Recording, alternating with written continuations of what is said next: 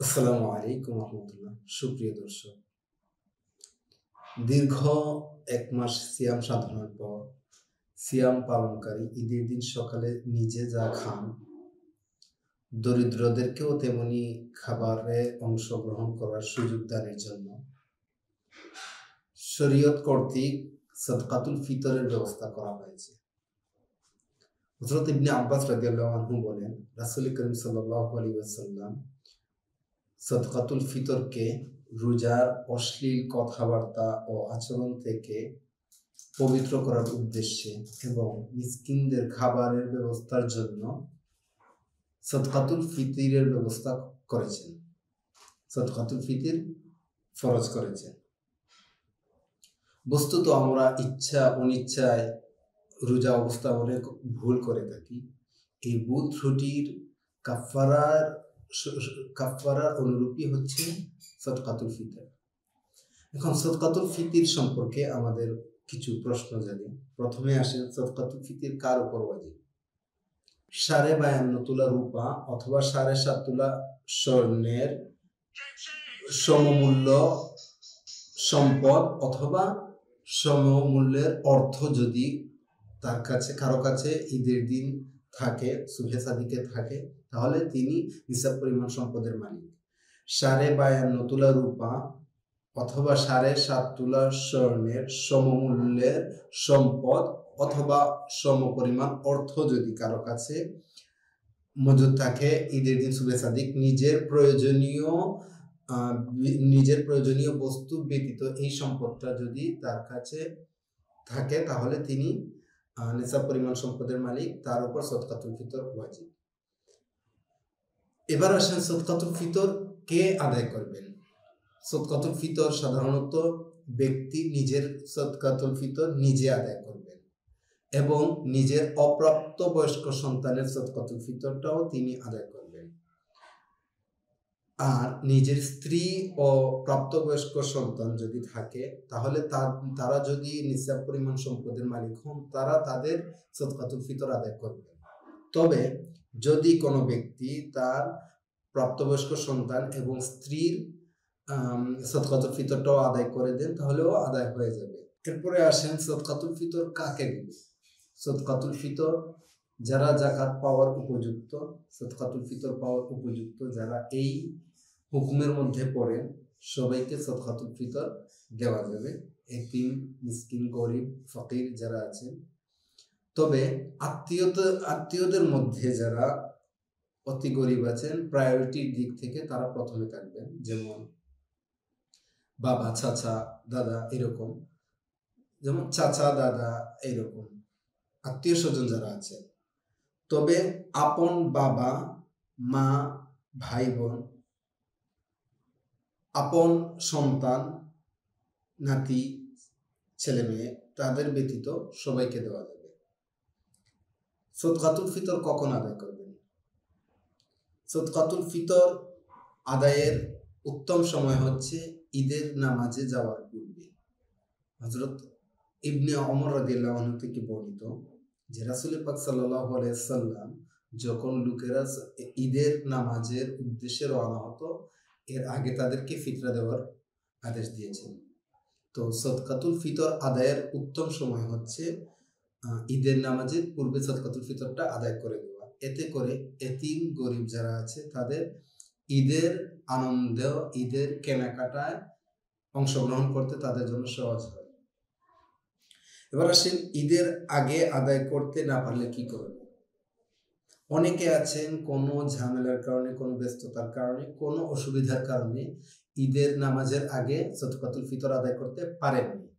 যদি এইরকম কোনো পরিস্থিতি, এইরকম কোনো সিচুয়েশন কেউ ফেস করেন, তাহলে ওনার জন্য উচিত হচ্ছে ঈদের নামাজের পরে সদকাতুল ফিতরটা আদায় করা। তবে ভবিষ্যতে যেন এইরকম কোনো ভুল না হয়, এই ব্যাপারে সচেষ্ট থাকা।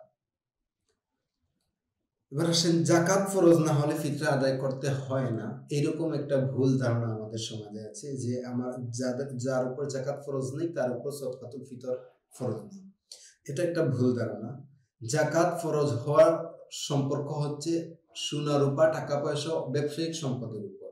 মাত্র 3টি সম্পদের উপর জাকাত ফরজ হওয়ার সম্পর্ক। আর ফিতরা সদকাতুল ফিতর ফরজ হওয়ার সাথে সম্পর্ক হচ্ছে নিজের প্রয়োজনীয় বস্তু ছাড়া অতিরিক্ত গাড়ি বাড়ি, অতিরিক্ত আসবাবপত্র যা আছে সবকিছুর উপর ফিতরা আসে। এই জন্য জাকাত যার উপর ফরজ নয় তার উপর ফিতরাও ফরজ নয়, এই কথাটি ভুল।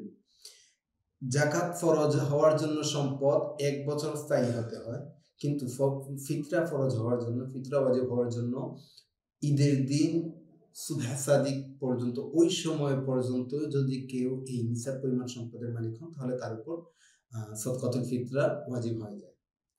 তাহলে আমরা এই ভুল থেকে এখন সরে আসবো ইনশাআল্লাহ। আরেকটি ভুল প্রচলন আছে আমাদের মধ্যে যে রোজা না রাখলে ফিতরা আদায় করা যাবে কিনা। কেউ যদি কোনো অজরে, শরীয়তের কোনো শরঈ অজরে কোনো কারণে রোজা রাখতে না পারেন, এটা পরবর্তীতে তিনি রোজাটা আদায় করে নেবেন। রোজা একটা বিধান, ফিতরা আলাদা একটা বিধান। রোজা এবং ফিতরা সদকাতুল ফিতর স্বতন্ত্র দুইটা ইবাদত। এই জন্য একটা ইবাদত ছাড়ার কারণে আরেকটা ইবাদত ছাড়া যাবে না।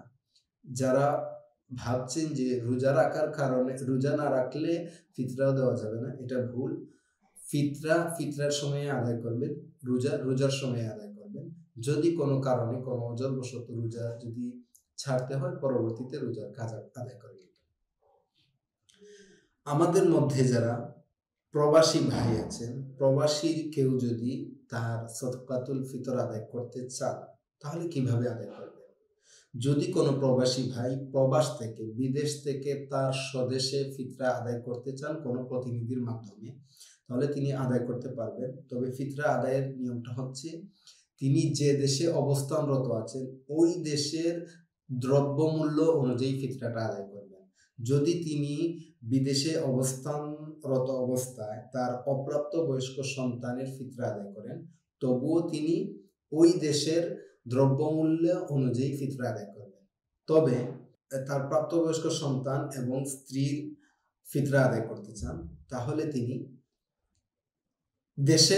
তার স্বদেশের দ্রব্যমূল্য অনুযায়ী ফিতরাটা আদায় করবেন। কেননা প্রাপ্তবয়স্ক সন্তান এবং স্ত্রীর সদকাতুল ফিতর তাদের উপরেই ওয়াজিব ছিল, তাদের পক্ষ থেকে তিনি আদায় করেছেন। এই জন্য তারা যে জায়গায় অবস্থান করবেন ওই জায়গার দ্রব্যমূল্য অনুযায়ী ফিতরা আদায় করবেন।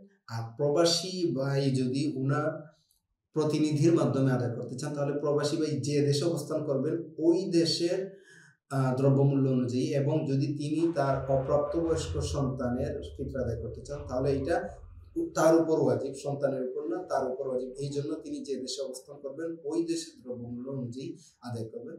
দুররে মুখতার গ্রন্থে উল্লেখ আছে। এখন আসেন আমরা কিভাবে সদকাতুল ফিতর আদায় করব, পরিমাণটা কেমন।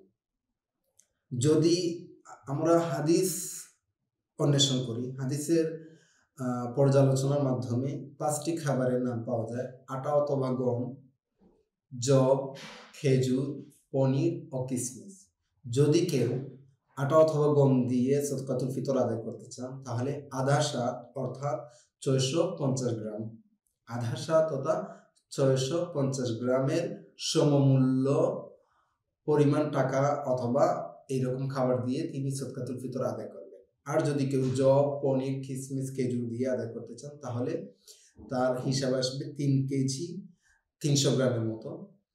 এই সমপরিমাণ খাবার অথবা এই সমপরিমাণ টাকা দিয়ে তিনি সদকাতুল ফিতর আদায় করবেন।